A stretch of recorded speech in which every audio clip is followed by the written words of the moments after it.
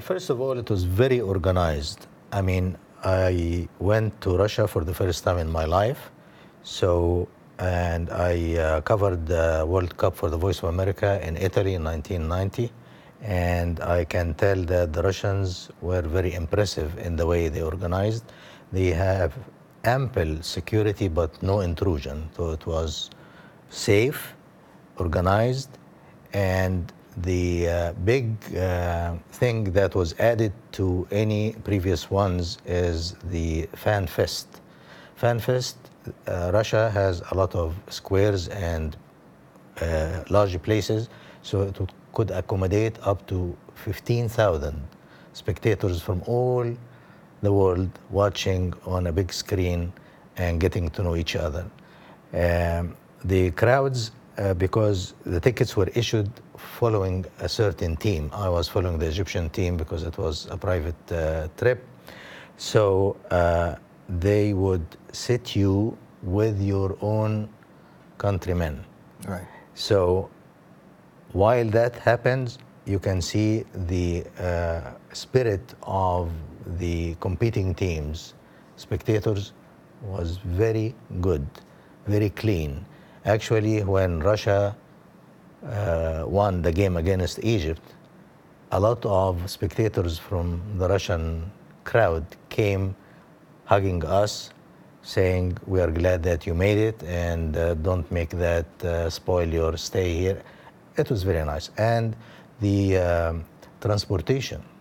The Russians organized the public transportation to be free in the day of the game. So you just wear your fan ID and you're allowed to go to the stadium back and forth for free. So everything was organized. Even when I had a bad accident, when I lost my passport the first day, the police was very helpful. They found the passport in 2 days. They brought it from the airplane that went back to Moscow. So while the language was a barrier for most of the old generation, it was not for the young generation. They had teams of young boys and girls who can speak English fluently at the airport, at the stadiums, helping us. So altogether, it was a very nice experience. I see that you're wearing Mo Saleh's shirt, looking at the way the Egyptians performed at the World Cup. What were some of the feedback that you got from Egypt and in Russia as well? Actually, in the stadium, the Egyptians were attending by numbers that never happened before. I was in Italy in 1990, and the Egyptian team was cheered by 1,000 people.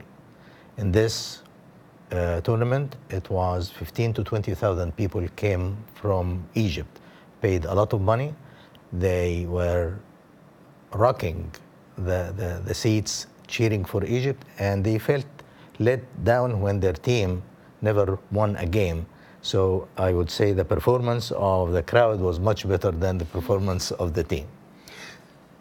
A lot of critics said the Egyptian team, the Pharaohs, heavily depended on Mo Salah. Yeah. Because he was injured, the team seemed to fizzle out during the crucial parts of the tournament.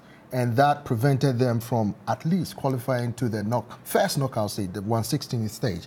Do you share that assessment? And do you think the coach helped the cause of the Pharaohs in their determination to at least qualify to the next round?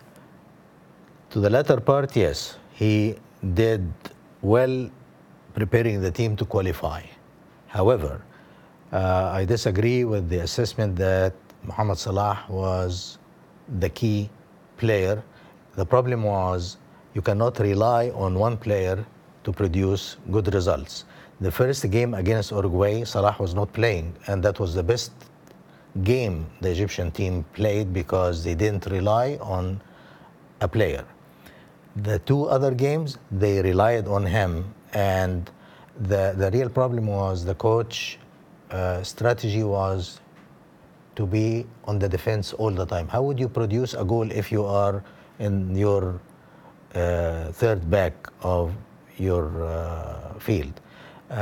The coach was a real problem, and The team didn't play well together while they have 8 international players that are playing in Europe. That doesn't make any sense. Thanks, Mohamed Elshinnawi, for sharing his World Cup experience with us. We'll be back after a short break.